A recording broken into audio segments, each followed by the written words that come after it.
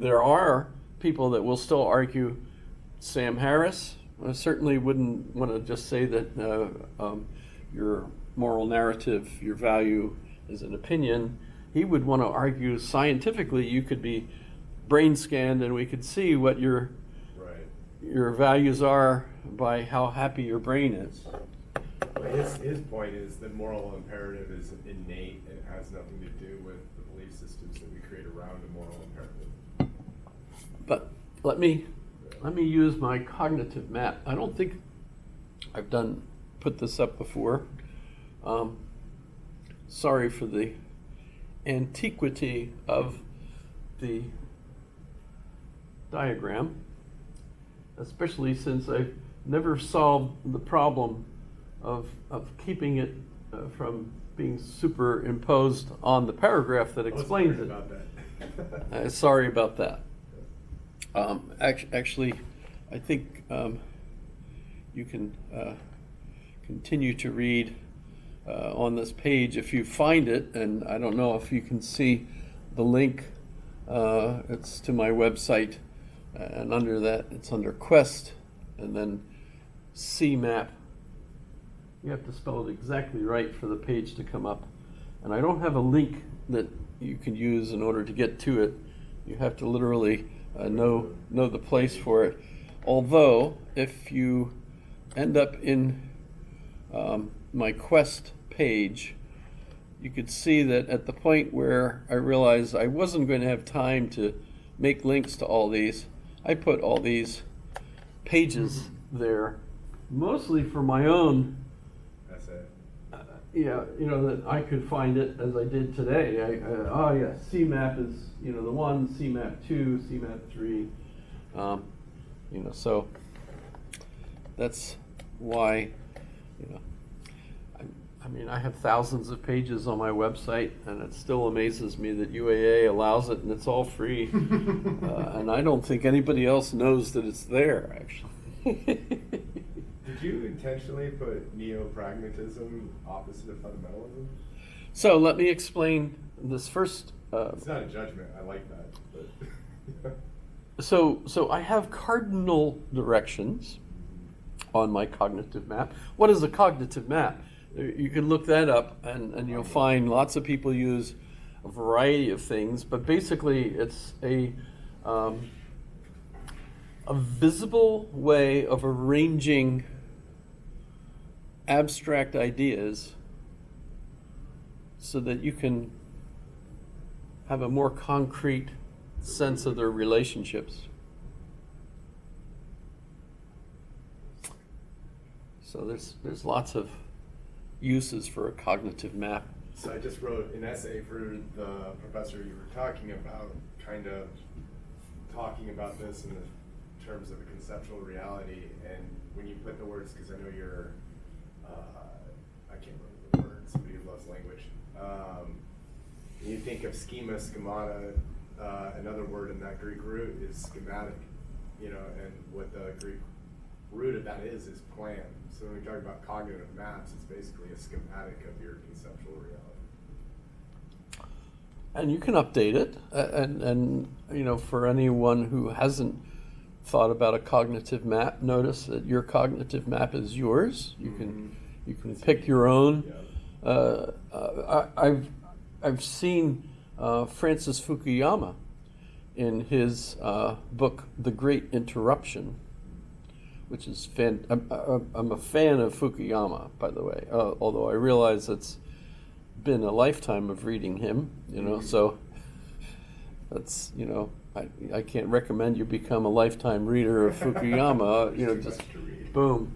But in any case, in The Great Interruption, which was, there was a book written by Robert Putnam called Bowling Alone, which is far more famous, actually. But at about the same time, Fukuyama wrote The Great Interruption. Bowling Alone by Putnam is essentially an argument. I can go ahead and just Putnam, Bowling Alone.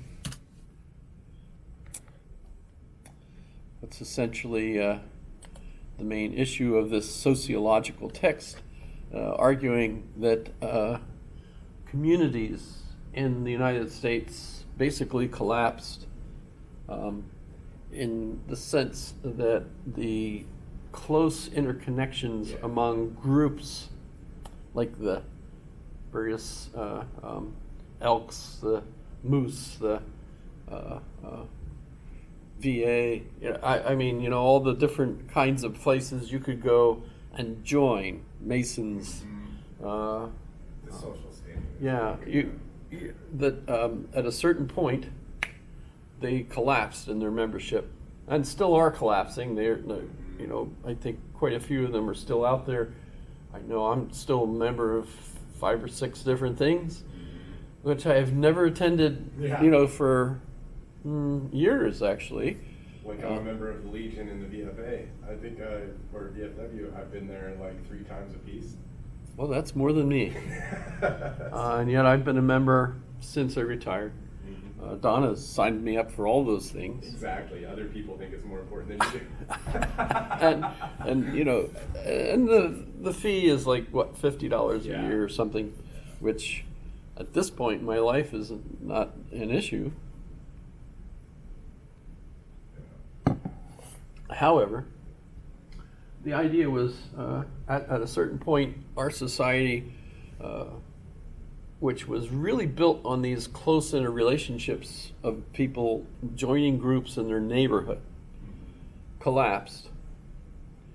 And of course, then the issues, why did that happen? TV, automobiles. A lot of people now, they drive home, park in their garage, go in and turn on their TV or whatever, and don't even know the names of their neighbors. Yeah. And the neighbors come and go, because, we're very mobile. So who lives where they grew up, all those kinds of things, all those issues. So Bowling Alone focused on the dilemma of a society where what gave it cohesion and enabled people to believe in the same meta-narratives They separate. have all kind of become much more individualized, and a result, everybody feels so much more independent and depressed. Yep.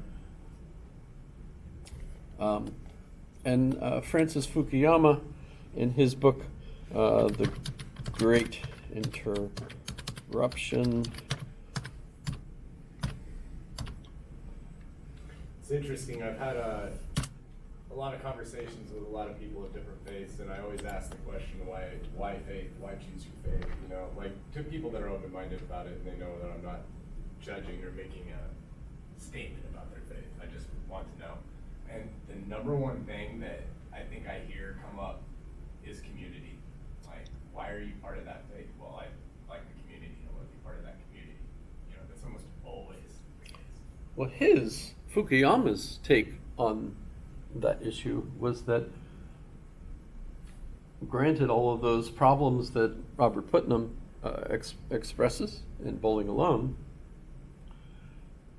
and this is just based on data. I mean, you could look at the membership rolls and you could see the decline and tag it to the aging population, because the people that were typically members were the ones that are dying out, whereas the younger people that would normally join those organizations weren't joining.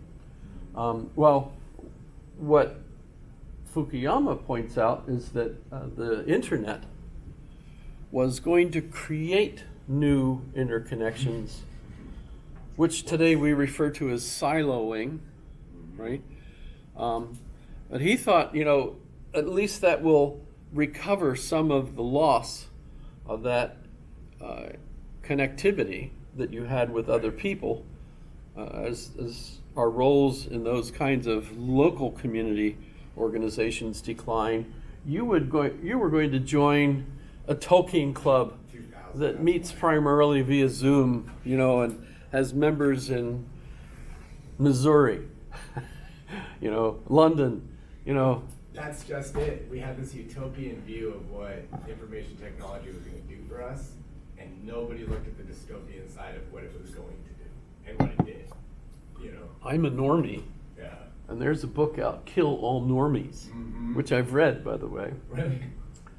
Uh, I'm glad to say that I'm still alive. No one has offered to kill me or wants to kill me, as far as I know. There's always somebody out there. However, there you go. The Great Disruption, his hope that the internet would open all kinds of other possibilities. Yeah, I noticed you wrote it in 2000, 2001. I'm sorry, I had to be I mean, around that's then. prior to the explosion of social media. That's prior to the. I mean, we were bipartisan. Oh yeah, at the he's time, but it's far worse now. he's very Yeah. far-seeing.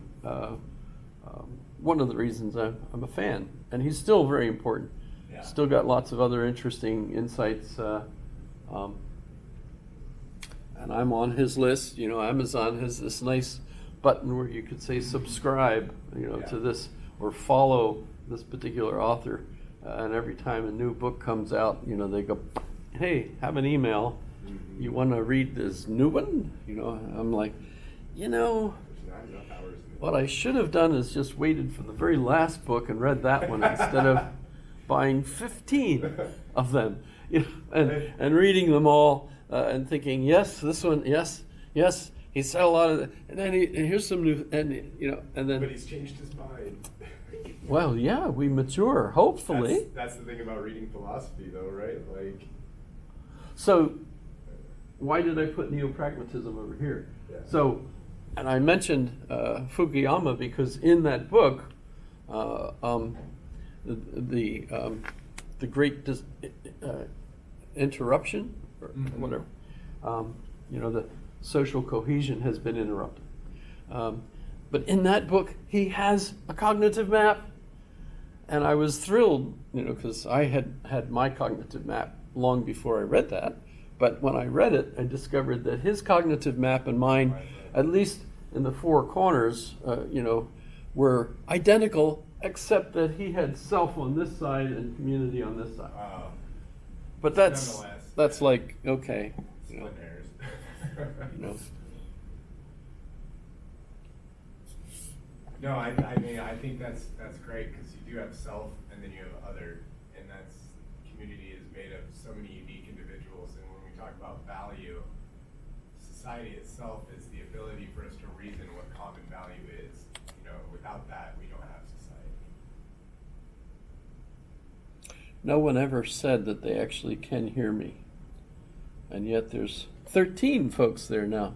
Do you guys hear any of this? Yeah, we can hear you. Yay, team. Thank you. Are you guys having fun with this topic? Oh, so much. Yay, team. Thank you. Okay. So let me explain further. So I've got four sides to this. North is certainty. And in fact, I'll put a particular philosopher there named Kant, but you can put Aquinas there as well.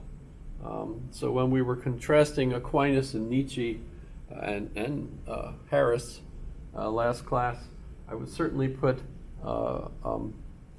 Kant and Aquinas in the northern position here at certainty. Aquinas was certain that charity was the highest value. Did he have proof for that? He has scriptural texts that show it, but you're of course believing in a narrative and believing in the values framed by that narrative. So if we're stepping back and looking at it from a meta-narrative, a meta-ethical perspective, you know, he's embedded in an ethical perspective, and we're contrasting different ethical perspectives, so that puts us as a meta-ethical analysis, right? And so certitude, Kant would be there, Aquinas would be there, certainly many others would be there. You think of the typical religionist or believers in... I get it now. I see why fundamentalism is on that side and neo-pragmatism. Yeah. The opposite position I think of as uncertainty, of course, certainty, uncertainty. And uncertainty I usually associate utilitarianism, which is the position that's framed by Sam Harris.